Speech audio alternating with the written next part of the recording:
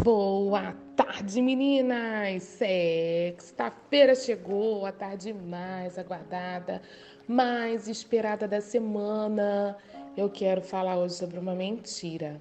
Sabe qual é a mentira? Que as mulheres devem atender às necessidades dos homens na cama, no sexo. É sobre isso que eu quero falar. Meninas, essa mentira, né? Ela tem gente que acredita, né, que o sexo ele só serve para satisfazer a necessidade do homem, não da mulher. E isso geralmente vem da interpretação errada de uma passagem bíblica de Cantares, capítulo 5, são dois versículos 18 e 19.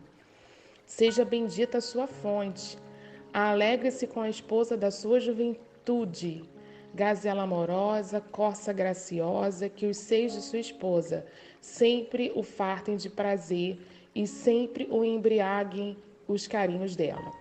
Meninas, essa passagem, ela não se trata de uma mulher satisfazendo as necessidades de um homem, mas de um casal satisfazendo as necessidades sexuais um do outro. Então foi exatamente isso que o apóstolo Paulo ele escreveu na sua carta, né, aos Coríntios.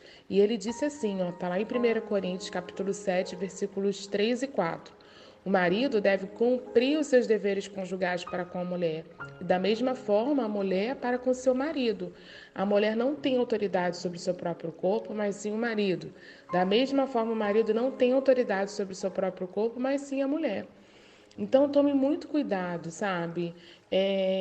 Muita gente fala sobre isso, não, é a mulher que tem que satisfazer o marido, mas não é assim que funciona. Ambos têm que satisfazer. Como que os dois podem atender à necessidade um do outro? Conversando, gente. Eu já falei isso para vocês 1000 vezes. Conversando, filhinha. Os casais que falam sobre sexo, eles têm um sexo muito melhor. O problema é que muitas vezes, quando um dos dois começa a falar das suas preferências, das suas posições preferidas, o outro se escandaliza, né? O crente se escandaliza e tenta mudar de assunto. Para com isso. Sexo é bom, sexo é do Senhor, sexo no casamento é bênção de Deus. Então, não façam isso, porque quando vocês fazem isso, um fica escandalizado, não quer conversar, fica escandalizado, não quer falar sobre o assunto, afasta, eles acabam se afastando e não desfrutam da intimidade maior, da intimidade do amor. Por isso é tão importante dialogar, chegar a um acordo que seja bom e prazeroso para os dois. Então, se o seu marido tem vergonha, ou se você tem vergonha de conversar sobre, para com isso. Conversa com ele, fala, a gente tem que falar sobre sexo porque é bênção. Eu preciso te dar prazer e você precisa me dar prazer. Vamos orar? Pai, em nome de Jesus, nos ajude, Senhor, para que possamos, Deus, entender que o nosso corpo pertence ao nosso marido e o dele nos pertence. Todo tabu, Deus, todo engano de Satanás e dos homens que muitas vezes pregam coisas que não são reais.